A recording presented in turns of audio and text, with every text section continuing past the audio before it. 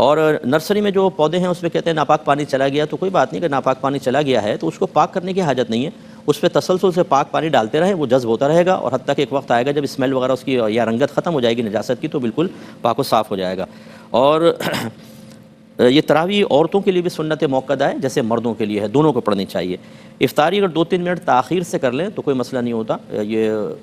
مطلب مستحب ہے کہ جتنی جلدی پاسبل ہو، لیکن اگر تاخیر ہو گئی کسی وجہ سے تو اس سے روزے پر کوئی فرق نہیں پڑے گا، نہ روزہ کوئی مکروہ وغیرہ ہوگا۔ اور اگر چلنے پھرنے میں دشواری ہے، نماز کھڑے ہو کر بیٹھ کے پڑھنے میں دشواری ہے تو بالکل کرسی پر پڑھ سکتے ہیں، لیکن جیسے ہی صحت ملے تو پھر وہی جیسے جیسے رعایت، مطلب جگہ کھڑے ہو کے پڑھ سکتے ہیں تو کھڑے ہو کر، اگر رکوع سجود باقاعدہ کر سکتے ہیں بیٹھ کے تو پھر زمین پہ بیٹھ کے رکوع سجود کریں، یعنی جیسے جیسے صحت ملتی رہے ویسے ویسے رعایت کو ترک کرنا ہوگا۔ یہ نہیں کہ ایک دفعہ کرسی پہ بیٹھ کے پڑھنا شروع کی تو صحت کے بعد بھی پڑھتے جا رہے ہیں، پھر نماز نہیں ہوگی۔ اور شوہر یہ کہتی ہیں 2 شاید مہینے ہو گئے چارپائی پر ہیں، اگر تو آپ اس قابل ہیں کہ آپ خود صدقہ فطر لے رہے ہیں تو یاد رکھیں کہ جو شرعی فقیر ہوتا ہے یعنی مالک نصاب نہیں ہوتا، اس پہ صدقہ فطر دینا واجب نہیں ہے، دے گا تو مستحب ہے، منع بھی نہیں ہے لیکن واجب نہیں ہے، تو لہٰذا پھر شوہر کا دینا یا اپنا دینا کوئی لازم نہیں۔ اور اگر آپ سمجھتے ہیں کہ آپ مالی لحاظ سے کمزور ہیں، شرعی فقیر کے درجے میں آتے ہیں تو پھر فطرہ لے بھی سکتے ہیں۔ ٹھیک ہے کالر جی، ایک تو مکہ مدینے میں دیکھیں احکام وہی ہوتے ہیں جو یہاں کے ہیں، لیکن چونکہ وہاں رش بہت زیادہ ہوتا ہے، لوگ نماز پڑھ رہے ہوتے ہیں، تو اگر آپ 3 صفوف کے فاصلے سے نکل جائیں تو وہاں گنجائش نکلے گی۔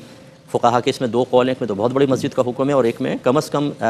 کسی جگہ کا حاصل ذرا 45 گز آ جائے تو پھر وہاں پہ 3 صفوں کے بعد نکل سکتے ہیں۔ اور اگر یہاں کے لیے بھی یہی حکم ہے مسجد؟ جی، یہاں پر بھی یہی حکم ہے جی، بالکل، یہ حرج کا چونکہ معاملہ یہاں پہ بھی حکم ہے۔ اور اگر اور بھی کنجسٹ ہیں پھر وہ 3 صف کے آگے سے نہیں نکل سکتے، بہت سارا ہے، تو پھر یوں کریں کہ کوئی نکل رہا ہو نا تو اس کے سامنے سے آپ بھی اس کی آڑ میں نکل جائیں،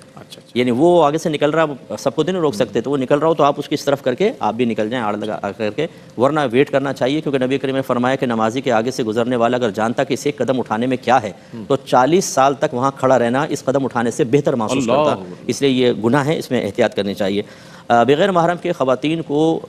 شہری حدود سے کم از کم 92 کلومیٹر دور جانے کے ارادے سے سفر کرنا منع ہوتا ہے، لیکن اگر کوئی مجبوری کی صورت ہے جیسے سفر ارجنٹ کرنا ہے اور محرم ساتھ نہیں ہے تو آج کل جہازوں کے سفر پر امن ہے، مجبوری کی صورت میں اس کی اجازت ہوگی کہ وہاں سے بٹھا دیا جائے اور یہاں کو ریسیو کر لے، لیکن جب کوئی مجبوری نہ ہو جیسے حج ہے، عمرہ ہے، یہ کوئی مجبوری کی صورتیں نہیں ہیں، اس میں احتیاط کرنی چاہیے۔ ایسے ویسے گھومنے پھرنے جا رہے ہیں اور عرس میں نکل جائے عورت تو نبی کریم کا فرمان بہت سخت ہے کہ جو عورت اللہ تعالیٰ اور اخروی دن پر ایمان رکھتی ہو وہ بغیر محرم کے یا بغیر شوہر کے 3 دن کی مسافت سے زیادہ سفر نہ کرے۔ اب اتنا جب سخت سرکار الفاظ بیان فرما رہے ہیں تو اس میں بہنوں کو احتیاطی کرنی چاہیے۔ نماز کے بعد آیت الکرسی پڑھتے ہوئے سر پہ ہاتھ رکھنے کی کوئی حاجت نہیں ہے، وہ مخصوص دعا ہے سرکار کی، وہ اس میں تو ہے، لیکن آیت الکرسی آپ بغیر ہاتھ رکھے بھی پڑھ سکتے ہیں۔ اور سوشل میڈیا پہ اگر ہماری سسٹرز کسی کوئی جیسے کھانے کی ریسیپیز وغیرہ ڈالتی ہیں تو کوشش کریں کہ اپنی آواز اس میں نہ ڈالیں بلکہ ڈب کر لیں، آج کل ایسے سافٹ ویئرز آ رہے ہیں کہ آواز ڈب ہو جاتی ہے، وہ ڈالیں، اور اپنے ہاتھوں کو حتی الامکان بچائیں کہ ہاتھ نظر نہ آئیں، کیونکہ عورت کی آواز میں بعض ایسی ملائمت ہوتی ہے بعضوں کی، اور آپ کو پتہ ہے شیطانیت ہر جگہ ہے